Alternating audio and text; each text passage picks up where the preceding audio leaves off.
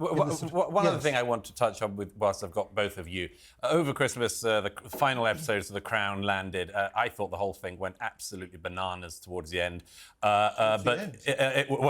You might say earlier seasons, but you've got to admit that this one was especially bonkers. I thought the dream sequence with the Queen and Tony Blair was, I couldn't believe it made it to screen. Anyway, it sort of seems to me to have put to rest the whole question of whether or not The Crown is anti-monarchy or not. Because look at this clip, which really stood out to me from the very end of the series when we have the late Queen and Duke of Edinburgh standing above what was to be their final resting place in St George's Chapel. I found this amazing.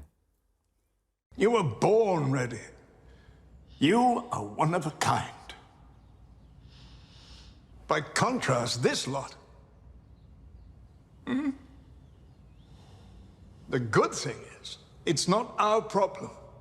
This is where we will be, you and I, right under this stone. We'll never hear the screams from inside there. Philip. I found that clip absolutely amazing, Hugo Vickers.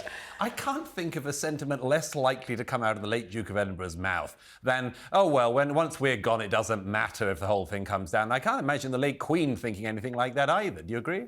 I completely agree with you. I think that if you had any doubt at all about what Peter Morgan was up to, that clip and the extension of it, literally, that was what he's trying to get across to us. I mean, that was the climax of the whole thing. Yes, he was basically saying after the Queen, it's all over, the party's over. They used that very word. Oh, come on, you two. That's what You're they do. looking to be triggered. I thought I'm not looking to be triggered. I think you are. I just wanted to watch some good drama, and I didn't see it. It was bloated, it was mawkish, but it was hellishly sycophantic. I mean, actually, with the exception of that one moment when Philip says, oh, the lot can go and scream away as much as they want when we're dead.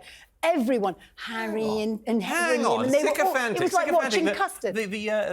Apart from in the first seasons, both the other actresses who played the Queen made her out to be this dour, loveless, uncaring, absolutely cold. These last episodes were sycophantic. The only baddies were the outsiders, Mohammed Al-Fayed and poor old Carol Middleton. She was seen as this Iago character, social climbing, slipping up the pole. I think she comes out of it all right. No. Mohammed Al-Fayed, you've got to admit, it's kind of hard to make into a hero of the story. Well, they did a bit, in the series before. They were rather nice about it. They were, actually, Then they turned on him, which, of because course... they didn't want to turn on to the royal family, that's why. Well, it's true. I think Peter's looking for a knighthood, Peter Morgan. I genuinely... That's ridiculous. That's so ridiculous. I mean, it clearly had from the start a very strong Republican agenda. I always thought when Claire Foy was doing it that they were going to say, Claire Foy, the Queen, great, all the others ridiculous. So after the Queen, goodbye. And that's exactly what he says in that last and you've got to admit, as well, once they went into this sort of weird terrain where the ghost of Diana appears and gives advice to the Queen and then appears on a plane with Prince Charles.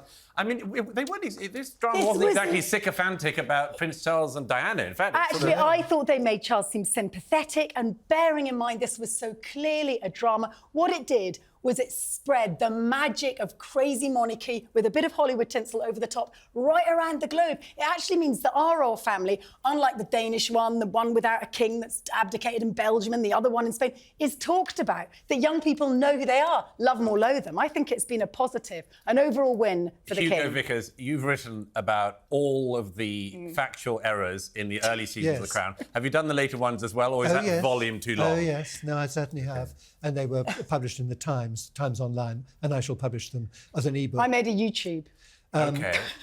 Well, I did that. I did an interview as well about all the things that went wrong. I mean, if you wanted, historically wrong, the Mrs. Thatcher scene when, Geoffrey Howe lumbers out of bed, he makes his speech, she looks depressed. The minister says this. Come on. And then Dennis says the game's up. And then suddenly she says, I'm going to go and see the Queen and ask her to dissolve Parliament to save my skin. We know she never did that.